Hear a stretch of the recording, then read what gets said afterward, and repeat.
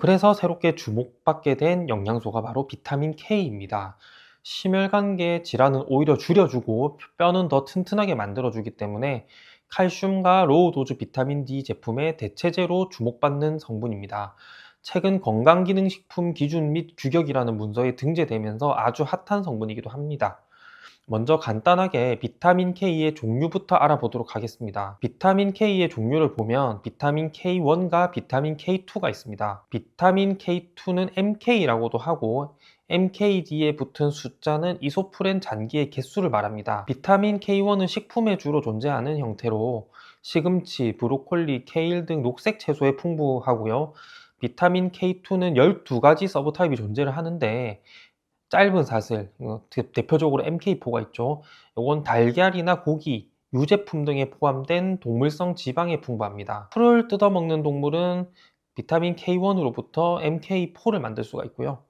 최근 UBIAD1이라는 효소에 의해 초식 동물이 MK4를 만든다는 것이 밝혀졌습니다. 초식 동물은 풀을 뜯어먹고 비타민 K1을 섭취를 하고 이를 MK4로 전환시키면서 인류는 고기의 형태로 어느 정도 MK4를 섭취할 수가 있습니다. 사람에게도 UBIAD1이 존재하기 때문에 사람도 비타민 K1을 어느 정도 MK4로 전환할 수가 있습니다.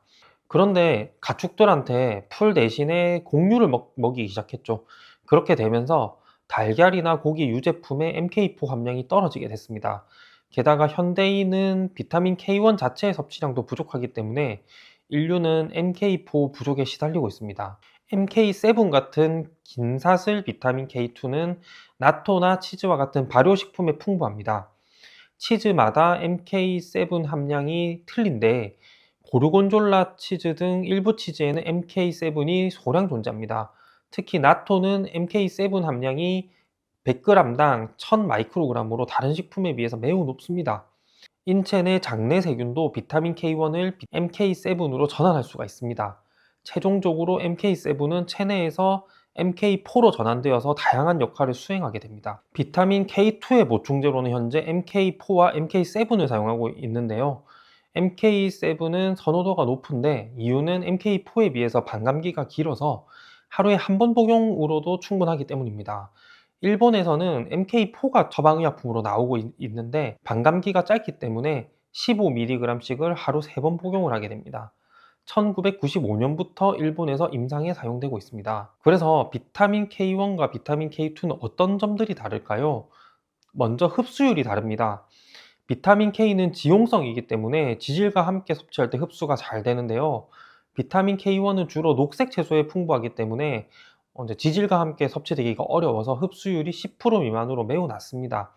반면 비타민 K2는 주로 동물성 지방이나 나토 등에 포함되기 때문에 일반적으로 흡수율이 높습니다. 장내 세균에 의해서 생성된 비타민 K2의 같은 경우도 대장에는 지용성 물질의 흡수를 도와줄 수 있는 담즙산이 없기 때문에 역시 흡수율이 낮습니다. 체내에서의 분포와 주로 수행하는 생리적 역할도 다릅니다. 비타민 K1은 소장에서 림프계를 통해서 흡수되고 간으로 수송된 후에 간에서 주로 혈액응고인자를 활성화하는 일을 합니다. 반면에 비타민 K2는 소장에서 단순 확산을 통해 흡수된 후 뼈나 동맥벽 같은 조직으로 분포합니다. 그다음에 작용 기전을 살펴보도록 하겠습니다.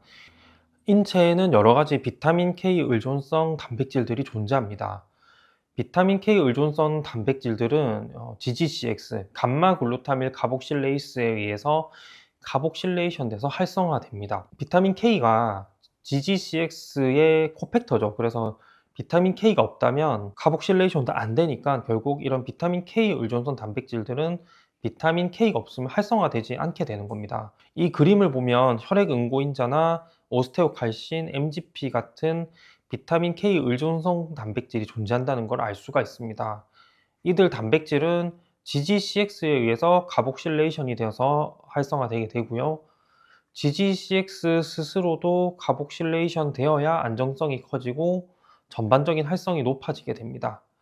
와파린을 투여하면은 여기 앞에 보이는 자료의 억제 부위에 작용을 해서 비타민 K의 활성화 자체를 막게 되고 결론적으로 GGCX의 카복실레이션도 막게 됩니다. 다음은 비타민 K에 의해서 활성화되는 비타민 K 의존성 단백질들을 정리한 것입니다. 일단 대표적으로 혈액응고인자들이 보이고요. 그리고 오스테오칼신이나 이제 MGP 같은 이제 뼈를 튼튼하게 하고 혈관에 칼슘 침착을 막게 하는 그런 단백질도 있고요. 그 이외에도 여러 가지 단백질들이 비타민 K 의존성 단백질입니다. 사실 비타민 K1이나 비타민 K2는 기능상으로는 큰 차이가 없습니다. 다만 존재하는 위치가 다르기 때문에 서로 다른 기능을 하게 됩니다. 비타민 K1은 림프계를 통해 흡수돼서 주로 간에 분포하고 혈액응고인자들은 간에서 만들어지죠. 그래서 혈액응고인자의 활성에는 비타민 K1이 주로 관여를 하게 되고요. 비타민 K2는 소장에서 단순 확산을 통해서 흡수된 다음에 간을 경유해서 뼈나 동맥벽 같은 조직으로 분포를 하니까 혈액응고인자를 제외한 다른 비타민 K 의존성 단백질들의 활성에는 주로 비타민 K2가 관여한다고 보시면 되겠습니다. 이 중 뼈 영양제와 관련된 단백질은 크게 두 가지입니다. 두 가지 단백질은 좀 알아놓으셔야 되는데요. 일단 먼저 첫 번째는 오스테오칼신입니다. 오스테오칼신은 뼈와 치아의 무기질화를 촉진하는 그런 단백질이고요. 뼈를 튼튼하게 한다고 생각하시면 되겠습니다. 그리고 두 번째는 MGP 단백질인데요. MGP 단백질은 혈관과 연조직, 연골의 석회화를 억제하는 단백질입니다.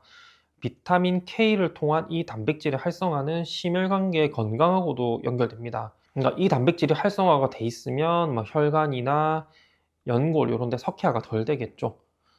GRP도 MGP와 비슷한 역할을 할 건데 MGP에 관한 연구가 더 많이 되어 있습니다. 오스테오칼신에는 카복실레이션 되는 자리가 세 곳이 있습니다. 세 곳 모두 카복실레이션 되어야 칼슘과 결합할 수가 있고 뼈의 무기질화를 도울 수가 있습니다. 하지만 카복실레이션이 되지 않은 오스테오칼신, 줄여서 UCOC라고 하죠. UCOC는 뼈의 무기질화에 아무런 도움이 되지 못합니다. 비타민 K가 부족한 경우는 혈중 UCOC가 증가하게 되고 높은 UCOC 수치는 노인 여성에서 골절의 위험 인자가 됩니다. 피 검사를 해서 UCOC가 높은지 낮은지에 따라서 또 골절 위험도를 평가할 수가 있고요. 한 자료에 따르면 UCOC가 높은 그룹에서는 낮은 그룹에 비해서 고관절 골절 위험이 5.9배나 높게 나왔다고 합니다. UCOC는 뼈에서 떨어져 나와 혈중에 존재합니다. 혈중 UCOC 농도는 현재 피검사 항목 중에서 골절 위험을 가장 잘 알려주는 항목입니다. 또한 혈중 UCOC가 높으면 비타민 K2가 체내에 부족한 사람이구나 라고 생각할 수 있겠습니다. MK7이 풍부한 음식을 보면 나토하고 청국장에 많이 들어있습니다. 청국장을 발효시키는 균과 나토를 발효시키는 균이 같아서 그런데요. 이 표를 보면 나토하고 청국장이 엄청 많이 들어있고 이제 같은 발효 음식인 된장이나 김치에는 이제 많이는 안 들어있는 것을 알 수가 있습니다. 지금 보이는 요 시험에서는 폐경 후 여성에게 12주 동안 청국장 가루하고 위약을 복용하게 했습니다. MK7을 하루 800마이크로그램을 복용하게 했는데 12주 만에 골밀도가 위약 대비 유의미하게 증가한 것을 볼 수가 있습니다. 그러니까 MK7이 골밀도를 증가시키는 역할을 하게 된 거죠. 일본은 남서쪽 지방으로 갈수록 나토를 먹지 않는 경향이 있습니다. 그래서 비타민 K2의 농도는 북동쪽 지방에서는 높고 대퇴부 골절률이 북동쪽 지방에서는 낮은 것을 알 수 있습니다. 실제로 북쪽에 위치한 도쿄 사람들은 남서쪽에 위치한 히로시마 사람들에 비해서 혈중 NK7 농도가 높은 것을 알 수가 있습니다. 그렇다면 보충하기 적당한 MK7의 용량은 어떻게 될까요? 또 자료를 하나 보겠습니다. 요건 네덜란드에서 한 시험 결과인데요. MK7의 용량을 올리면서 언카복실레이션 오스테오칼신하고 이제 카복실레이션된 오스테오칼신, 언카복실레이션된 MGP의 농도 변화를 추적을 해봤습니다. 당연히 이 UCOC의 농도는 낮고 이제 COC의 농도는 높고 또 UCMGP의 농도는 낮을수록 효과가 좋은 건데요. 용량을 뭐 10, 20, 45 이렇게 점점 올려 봤더니 한 180 정도가 되니까 효과가 꽤 크게 나타났습니다. 180 정도에서는 UCOC도 제법 많이 감소시키고 이제 COC도 제법 많이 증가시켰고 UCMGP도 제법 많이 감소시킨 것을 볼 수가 있죠. 근데 이제 180에서 360으로 갔을 때는 효과가 엄청나게 크게 좋아진 건 아닌 거를 볼 수가 있어요. 그래서 결국 제일 효과적인 것은 하루에 180 마이크로그램을 먹는 것이다라는 것을 알 수가 있었고, 그래서 현재 MK7은 하루 용량을 180 마이크로그램으로 해서 실험을 많이 하고 있습니다. 참고로 이제 K1, MK4, MK7 이렇게 여러 가지 비타민 K2들이 나오다 보니 이제 이 비타민 K2의 용량이 좀 헷갈리실 건데요. 대략적으로 K1 하루에 1에서 2mg, 그리고 MK4 하루에 45mg, 그리고 MK7 하루에 180에서 360 마이크로그램이 동등 용량이라고 보시면 되겠습니다. MK7 대신에 비타민 K1을 충분히 섭취하여도 이제 장내 세균으로부터 MK7이 만들어지게 돼요. 실제로도 비타민 K1을 고용량을 써서 골절률을 낮췄다는 데이터도 있습니다. 비타민 K1은 개인마다 장내 균총이 달라서 일정한 전환율이 나오지 않기 때문에 이제 균일한 효과가 나오지 않는다는 단점이 있습니다. 자, 비타민 K2가 뼈를 어떻게 튼튼하게 해주는지 한번 살펴보겠습니다. 먼저 뼈 조직의 구조를 볼 건데요. 뼈 조직에는 이제 컴팩트본과 스펀지본이 있습니다. 스펀지본은 이제 컴팩트본의 내부에 주로 위치를 하고요. 롱본은 이렇게 생겼는데, 롱본은 가운데는 좀 비어 있는 형태고, 롱본의 양쪽 끝에 이제 스펀지본이 있습니다. 자, 이런 롱본에는 이제 대퇴경부, 척추, 두개골, 갈비뼈, 골반뼈, 뭐 요런 뼈들인데, 요런 이제 큰 뼈들의 양쪽 끝에는 스펀지본이 많습니다. 골다공증에서는 스펀지본의 골밀도가 급격하게 감소하게 됩니다. 그래서 이런 큰 뼈들의 양쪽 끝에서 골절이 발생하기가 쉽습니다. 스펀지본은 이제 트라베큘라라는 걸로 이루어졌는데요. 트라베큘라는 이제 이 사이사이가 비어 있어요. 비어 있어서 뼈가 받는 충격을 완화하는 역할을 합니다. 이제 트라베큘라는 뼈 부피의 20%를 차지하고 벌집 모양을 하고 있는데, 접촉 면적이 그래서 매우 넓습니다. 이제 오스테오블라스트와 오스테오클라스트가 트라베큘라의 위치에서 항상 이 트라베큘라를 리모델링을 합니다. 그래서 트라베큘라는 표면적이 넓어서 뼈에 이제 턴오버가 빠르고 골절되면 빨리 재생되는 부위입니다. 나이가 들어가면서 뼈가 약해진다고 하는 것은 이 트라베큘라의 숫자가 줄어들고 트라베큘라 사이의 거리가 커진다는 그런 말입니다. MK7은 뼈의 미세 구조 변화를 막아준다는 데이터가 있습니다. 그러니까 이 트라베큘라의 숫자가 줄어드는 거랑 이제 트라베큘라 사이의 거리가 커지는 거를 막아준다는 이야기겠죠. 골감소증이 있는 폐경후 여성들에게 이제 1년 동안 비타민 D 1520 IU하고 칼슘 800ml를 복용하게 하면서 이제 한쪽에는 MK7을 먹이고 한쪽에는 이제 MK7을 안 먹인 이제 시험 결과를 한번 보겠습니다. MK7은 하루에 375 마이크로그램을 먹였고요. 보시면은 비타민 D와 칼슘을 복용했음에도 위약군에서는 이제 트라베큘라 숫자가 많이 줄어들었죠. 많이 줄어들었고, 그 다음에 트라베큘라 사이의 간격도 많이 넓어졌습니다. 근데 MK7을 복용을 한 경우는 보면 이제 숫자도 좀 덜 줄어들었고, 그 다음에 간격도 그렇게 많이 안 넓어졌어요. 그래서 MK7을 먹게 되면, 그러니까 결국 비타민 K2를 먹게 되면 이 트라베큘라가 숫자가 줄어드는 거랑 트라베큘라 사이 간격이 넓어지는 것을 막아주게 되고, 뭐 그걸 막아주게 되니까 결국 이제 스펀지본이 더 튼튼해지는 거죠. 스펀지본이 트라베큘라로 되어 있으니까. 그렇게 해서 이제 롱본의 양쪽 끝에 골절이 더 줄어들게 된다. 뭐 이런 원리로 인해서 비타민 K2는 뼈를 튼튼하게 해주고 이제 골절을 막아준다. 이렇게 생각하시면 되겠습니다. 비타민 K2가 골밀도에 미치는 영향에 대해서 보도록 하겠습니다. 지금 보시는 포레스트 플롯은 비타민 K2가 폐경후 여성의 골밀도에 어떤 영향을 미치는지 살펴본 가장 최근의 메타 분석 결과인데요. 요추 골밀도 변화를 조사를 했습니다. 비타민 K2만 단독으로 사용한 경우는 골밀도가 0.59% 정도로 완만하게 증가한 것을 볼 수가 있습니다.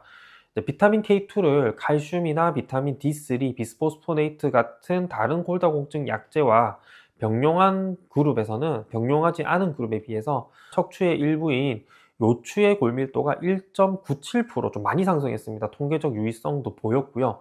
이거는 임상적으로 큰 의미가 있습니다. 비스포스포네이트와 병용을 했을 때 비스포스포네이트의 효과가 나오면서 거기에 더해서 1.97%만큼 골밀도를 더 올릴 수 있다는 뜻이 되니까 말이죠. 자, 또 다른 메타 분석에서 폐경 후 여성의 요추에서의 골밀도를 분석한 결과를 보도록 하겠습니다. 이 결과들을 쭉 보면은 비타민 K2가 골다공증이 아닌 폐경 후 여성에서는 효과가 약했는데 골다공증인 폐경 후 여성에게는 효과가 되게 좋았어요. 그리고 골다공증인 여성에게 1년 복용으로 골밀도를 2.7%나 올렸습니다. 이거는 효과의 크기가 정말 상당히 높다고 할 수가 있고요. 그러니까 폐경인 골다공증 여성에서는 아주 효과가 크게 나타났습니다. MK4를 사용해서 진행한 일본의 한 연구를 보면은 MK4를 일찍 먹었을 때 골밀도를 올리는 효능이 더 컸다고 합니다. 그래서 일본에서도 MK4를 골다공증이 심한 고령의 여성에게 쓰기보다는 가급적이면은 골감소증과 골다공증의 초기에 쓰고 있습니다. 이까지 정리를 해보면 골밀도를 올리기 위해서 비타민 K2를 먹을 때는 비타민 D, 칼슘, 포스파네이트 같은 다른 약재와 병용할수록 효과가 좋고 골다공증인 여성에게 효과가 좋으며 그리고 일찍부터 비타민 K2를 먹어야지 효과가 좋다고 할 수가 있습니다. 한편 MK4는 스테로이드 투여로 인한 BMD 골밀도 감소를 막아주는 그런 기능도 있습니다. 보통 이제 만성 사고체 신염 환자는 이제 스테로이드 투여를 해야 되는데요. 가량의 스테로이드 투여를 하게 되면 골밀도 감소할 수밖에 없겠죠. 근데 이런 환자들한테 MK4를 같이 투여를 했더니 이제 골 감소를 예방했다는 이런 데이터도 있습니다. 이 시험에서는 이제 알파칼시돌은 0.5 마이크로그램 하루에, 그리고 이제 MK4는 하루에 45mg 용량을 썼는데 이제 둘 중 어떤 거를 써도 이제 스테로이드에 의한 골 감소를 완벽하게 막아줄 수가 있었습니다. 자, 그 다음으로 비타민 K2가 골절률에 미치는 영향을 보도록 하겠습니다. 골절률을 낮추는 비타민 K2의 효능을 평가한 여러 메타 분석 결과가 나와 있는데 요 두 가지 다 보면 골절률을 37% 그리고 44% 낮춰준다는 것이 나타났습니다. 하지만 이게 이제 통계적으로 유의성을 갖지는 못했어요. 그 다음으로는 비타민 K1, K2를 사용한 시험 결과 모두 분석 대상으로 삼은 메타 분석 결과를 먼저 살펴보겠습니다. 이 결과를 보면 K1, MK4, MK7을 사용한 시험에서 모두 좋은 결과가 나왔습니다. 오즈 레이쇼가 0.42라고 나왔고 이제 통계적으로 유의성도 있었습니다. 이번에는 앞에서 비타민 K2가 골밀도에 미치는 영향을 볼 때 살펴본 2022년에 나온 메타 분석인데요. 비타민 K2를 다른 골다공증 약제와 병용하거나 단독으로 섭취한 경우 모두 전체 골절 발생률을 낮췄지만 통계적 유의성은 없었습니다. 오즈 레이쇼랑 리스크 레이쇼는 약간 다른 개념인데요. 사건 발생률이 낮은 조건 하에서는 이 둘은 비슷한 값을 가지게 됩니다. 골절이 자주 발생하는 사건은 아니니까 오즈 레이쇼 0.56이 나왔으면 리스크 레이쇼도 대략 비슷한 값이 나올 겁니다. 결국에는 골절 위험을 44% 정도 낮출 수 있다는 의미가 되는데 골밀도를 올리는 이상으로 골절률도 낮추는 퍼포먼스를 보여줍니다. 사실 이건 상당한 효능 크기라고 볼 수 있고 이제 비스포스포네이트보다 살짝 떨어지는 정도의 효능 크기입니다. 건강기능식품인 점을 감안하면 약국 임상에서 쓰기에는 넉넉한 효능의 크기가 되겠고요. 앞에서 통계적으로 이제 유의하지 않은 결과들을 많이 봤는데요. 영양소 효능을 알아보는 시험은 이질성이 높을 수밖에 없습니다. 영양소가 이제 충분하지 않은 사람들을 대상으로 시험하면은 좋은 결과가 나오는데 해당 영양소가 충분한 사람을 대상으로 하면 시험 결과가 좋은 결과가 나오지 않는다는 점이 연구관 이질성의 가장 큰 원인이라고 할 수 있습니다. 당장 일본에서 나오는 시험 결과가 이질성이 큰 편인데 이건 MK7의 섭취량이 지역마다 다르기 때문입니다. 앞에서 비타민 K2 섭취량 다른 거 보셨죠? 이외에 시험마다 사용된 용량이 다르다는 점, 그리고 시험 기간에 차이가 난다는 것도 이질성을 낳는 원인입니다. 물론 시험 결과가 많이 나오면 이질성을 극복하고 통계적으로 유의미성을 가지는데 아직까지 비타민 K2를 대상으로 한 임상시험은 아직 그 N수가 많이 부족한 상황입니다. 그 다음으로는 비타민 K2의 안전성에 대해서 살펴보도록 하겠습니다. 또 자료를 하나 보시면 요 메타 분석 결과 이상 반응 발생률은 비타민 K2 섭취군이 대조군에 비해서 약간 높았습니다. 하지만 유의한 차이는 없었고요. 또 비타민 K2 섭취군에서 중대한 이상 반응은 보고되지 않았고, 가벼운 위장관 증상, 그러니까 구역, 경미한 복통, 그리고 가려움증 이런 게 대부분이었습니다.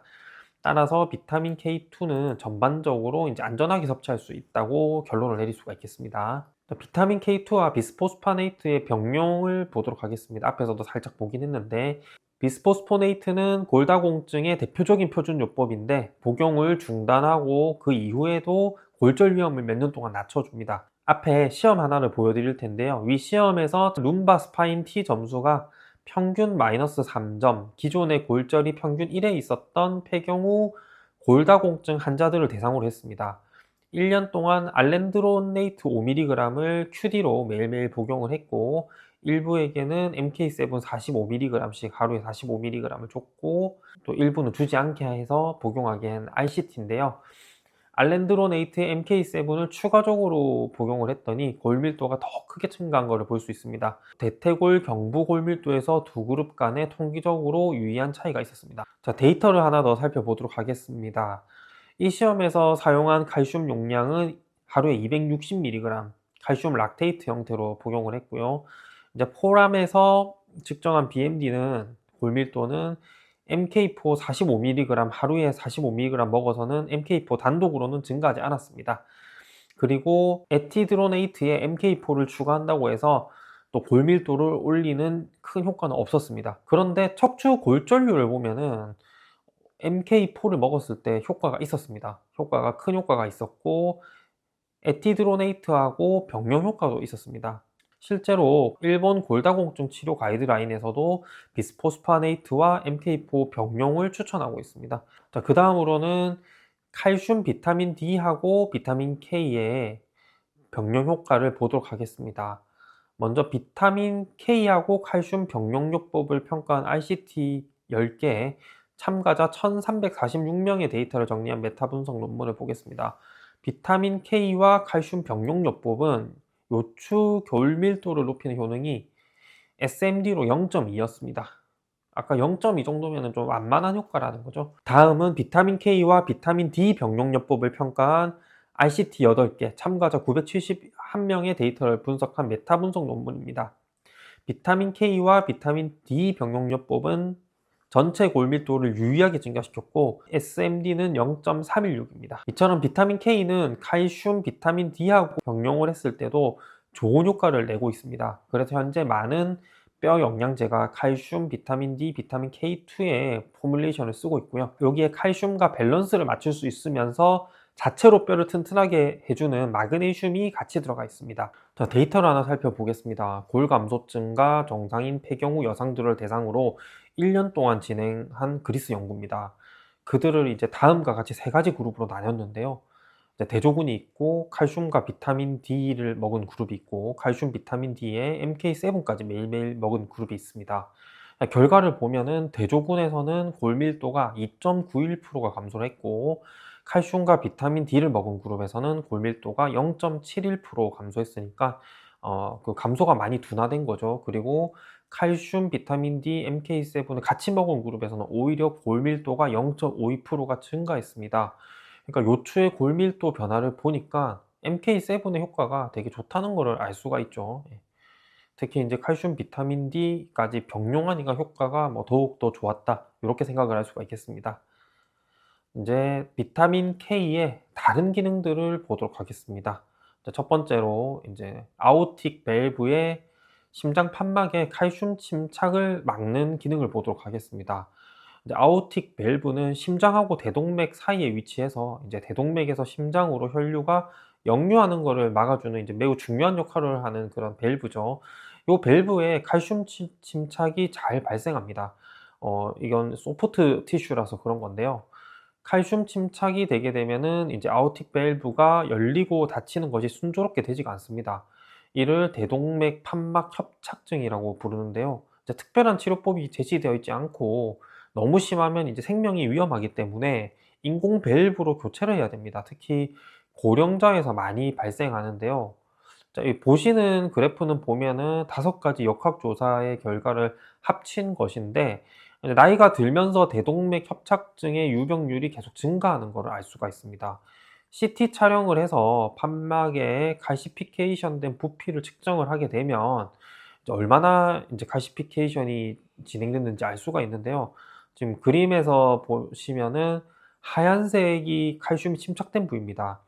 이런 식으로 사진을 찍게 되면 이제 컴퓨터가 자동으로 이제 칼시피케이션 된 부피를 계산을 해 줍니다. AVC, 아오틱 밸브의 칼시피케이션 볼륨은 임상에서도 사용되고 있는 지표인데요. 다음은 이제 무증상 또는 경증의 AVC 환자를 대상으로 해서 비타민 K1 2mg을 1년 동안 복용하게 하면서 AVC 볼륨을 변화를 살펴본 것입니다.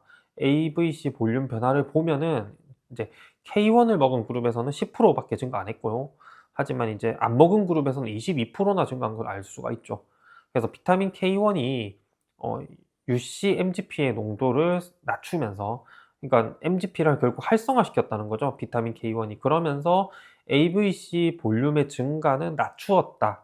이 결과는 통계적으로도 유의미한 차이를 보였습니다. 비타민 K를 먹었더니 MGP가 활성화됐고, MGP는 앞에서도 봤듯이 이제 아까 석회화를 막아준다 그랬죠. 혈관이나 심장 판막에서 석회화를 막아주게 되니까 결과적으로 AVC, 그러니까 아오틱 밸브의 칼시피케이션 볼륨 증가를 낮췄다, 그렇게 해석하면 되겠습니다. 그리고 이제 아오틱 밸브 칼시피케이션 뿐만 아니고 혈관의 칼슘 침착도 막아주게 됩니다. 자료를 하나 보실 건데요. 60에서 80세 건강한 노인을 대상으로 해서 비타민 K1을 0.5mg을 3년 동안 복용하게 해서 이제 코로너리 아터리 칼시피케이션, 그러니까 간상동맥의 석회화 진행을 막을 수 있는지를 알아본 시험 결과인데요. 모든 참가자들이 이제 멀티비타민과 칼슘 600mg 그리고 비타민 D 400IU는 기본적으로 섭취를 했고, 시험군에서만 비타민 K1을 0.5mg 추가적으로 섭취를 했습니다. 자, 보시는 자료는 각 군의 아가스톤 점수, 그러니까 간상동맥의 석회화 정도 변화를 나타낸 건데요. 전체적으로 보면은 두 군 간에 통계적으로 유의한 차이는 없었습니다. 하지만 보충제 섭취 수능도가 85% 이상인 참가자만 분석을 했을 때는 통계적으로 유의한 차이가 있었습니다. 보시면은 수능도 85% 이상인 참가자 분석했을 때는 이제 제법 변화 있는 게 보이시죠? 그리고 기존에 간상동맥 석회화가 있던 참가자들만 분석했을 때는 K1의 효과가 더 두드러지게 나타났습니다. 이 결과를 바탕으로 해서 비타민 K1이 혈관의 석회화를 막는다는 결론을 내릴 수가 있겠습니다. 데이터를 하나 더 살펴보도록 하겠습니다. 50에서 60세 사이의 건강한 폐경후 여성들에게 3년 동안 다음과 같이 먹게 하면서 위약군과 비교를 했습니다. 이제 MD군은, 그러니까 위약군은 칼슘하고 아연하고 마그네슘 그리고 비타민 D 이렇게 먹었고요. 이제 MDK군은 이제 위약군이 먹은 것처럼 똑같이 먹게 하고 비타민 K1 1mg을 더 추가해서 먹게 했습니다. 이 자료에서 보이는 펄스 프레절, 그러니까 맥압은 수축기 혈압에서 이완기 혈압을 뺀 값인데요. 혈관의 탄력성이 떨어지게 되면은 맥압이 높아지게 됩니다. 그러니까 맥압이 높은 거는 좋지 않죠. 심혈관계 질환의 위험 요인이 되게 됩니다. 그리고 디스펜서빌리티 코이피션트, 그러니까 혈관의 탄성도는 혈관 변화에 따른 혈관 직경의 상대적 변화 정도를 뜻합니다. 혈관 탄성도가 감소하게 되면 심장이 더 강하게 수축해야 되니까 혈압이 상승하고 심장에 무리를 주게 됩니다. 그러니까 이제 맥압은 높으면 안 좋은 거고, 이제 혈관 탄성도는 낮으면 안 좋은 거죠. 자료 결과를 보면은 MD군은 맥압이 6.4% 증가를 했어요. 근데 이제 MDK군은 맥압이 오히려 0.2% 감소를 하고 있습니다. 그래서 MDK군이 효과가 상당히 좋다는 걸 알 수가 있고, 그 다음에 혈관 탄성도 같은 경우는 보면 MD군은 7.1%나 감소를 했는데 MDK군에서는 0.8% 감소니까 감소량이 많이 줄었다는 걸 알 수가 있죠. 이 결과들을 바탕으로 해서 비타민 K는 혈관의 석회화를 막아서 혈관의 성능을 유지하는 기능이 있다는 것을 알 수가 있습니다. 계속 앞에서 시험에서는 비타민 K1을 자꾸 쓰고 있는데요. 비타민 K2를 쓰면 오히려 결과가 더 좋게 나올 겁니다. 비타민 K1은 장내 세균총에 따라서 비타민 K2로의 전환율이 다르니까 효과가 좀 들쑥날쑥할 건데, 비타민 K2는 효과가 훨씬 더 일정하게 나오겠죠. 비타민 K2는 이제 MGP 단백질을 활성화해서 혈관 석회화를 억제합니다. 이제 MGP는 연골 세포와 혈관에 스무스 머슬이 분비해서 심장, 혈관, 연골, 신장 등에 분포합니다. MGP 유전자를 제거해버린 쥐는 동맥이 급속도로 석회화돼서 출생 후 6에서 8주쯤 되면은 대동맥이 터져서 죽게 됩니다.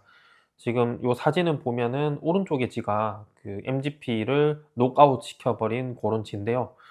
쥐는 크기도 작은 걸 알 수 있습니다. MGP가 없기 때문에 성장판마저 석회화가 돼서 성장도 제대로 못하게 된 겁니다. 비타민 K는 그 혈관 석회화만 막는 게 아니고 또 여러 가지 효능이 있는데 류마티스 관절염에도 효과가 좋습니다.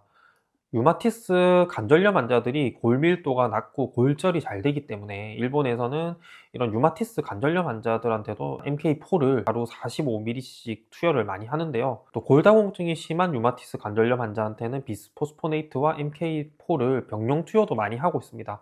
그런데 이렇게 병용 투여를 했더니 의사들이 MK4를 투여받은 환자들이 류마티스 관절염 자체가 개선되었다는 것을 알게 되었습니다. 자료를 보시면은 석 달 동안에 MK4 45mg을 매일매일 투여한 결과를 대조군하고 비교를 한 건데요. CRP 혈중 농도와 DAS28 CRP 점수가 통계적으로 유의한 수준으로 개선되었습니다. DAS28 CRP는 의사들이 임상에서 활발하게 사용하고 있는 이런 지표인데요. 간단하게 이 DAS28 CRP 점수의 해석을 보여주는 표를 살펴보면은 이 DAS28 CRP라는 게 2.6 미만이 되면은 이제 레미션에 이르게 된다는 것을 알 수가 있습니다. MK4 투여군하고 대조군의 DAS28 요 CRP 점수가 2.4점, 2.9점이니까 0.5점밖에 차이가 나지 않았다고 생각할 수 있겠지만 요건 사실 차이가 상당히 큰 겁니다. 2.9점은 류마티스 관절염 증상이 있는 점수에 해당하고 2.6 미만인 2.4점은 레미션 상태, 그러니까 병의 증상이 밖으로는 드러나 보이지 않는 그런 상태에 이르렀기 때문에 뼈 건강을 위해서 투여한 MK4가 류마티스 관절염을 크게 완화했고 상당수가 레미션 상태로 들어갔다라고 해석할 수 있을 것 같습니다. 그다음에 비타민 K는 천식에도 효과가 좋다는 보고가 있습니다. 보시는 자료는 천식 환자 191명을 대상으로 진행된 이중 맹검 위약 대조 1년짜리 시험인데요. 위약군에서는 유효율이 16.7%밖에 안 됐습니다. 근데 MK4군에서는 유효율이 막 90%, 80%, 70% 이런 식으로 되게 좋았죠. 오래된 시험이지만 효과가 너무 좋았는데 이제 이후에 후속 연구가 없다는 게 이제 상당히 아쉬운 점입니다. 비타민 K는 야간 다리 경련에도 효과가 좋습니다. 노인들에게 야간 다리 경련은 심각한 문제인데요. 이 시험에서는 65세 이상의 야간 다리 경련을 호소하는 199명을 대상으로 일부에게는 MK7 180 마이크로그램을 주고 일부에게는 이제 위약을 먹겠습니다. 자료를 보면은 MK7 복용군에서 주당 경련 횟수가 크게 감소하는 것을 알 수 있습니다. 거기다가 경련의 지속 시간이나 경련 강도도 크게 개선됐습니다. 효능의 크기도 상당히 인상적이죠. 비타민 K는 우울증도 개선합니다. 와파린 복용자는 노악 복용자에 비해서 우울증에 걸릴 위험도가 높다는 역학조사 결과가 있습니다. 브레인에는 비타민 K가 K2 상태로 많이 존재를 하는데 현재 체내 비타민 K 상태가 멘탈 헬스에 영향을 줄 수 있다는 가설이 제시되어 있습니다. 최근 MK7을 복용하게 되면 우울증이 개선된다는 시험 결과가 나왔습니다. 위 시험에서 이제 PCOS 여성들을 대상으로 MK7을 90 마이크로그램을 매일매일 8주 동안 먹게 했는데요. 완만한 효과긴 하지만 통계적으로 의미 있는 결과를 얻었습니다. MK7을 먹은 군에서 BDI2 점수가 감소하고 있는 것을 보이죠. 이 BDI2는 우울증을 진단하는 도구로서 점수가 높을수록 우울함의 정도가 심하다는 것을 의미합니다.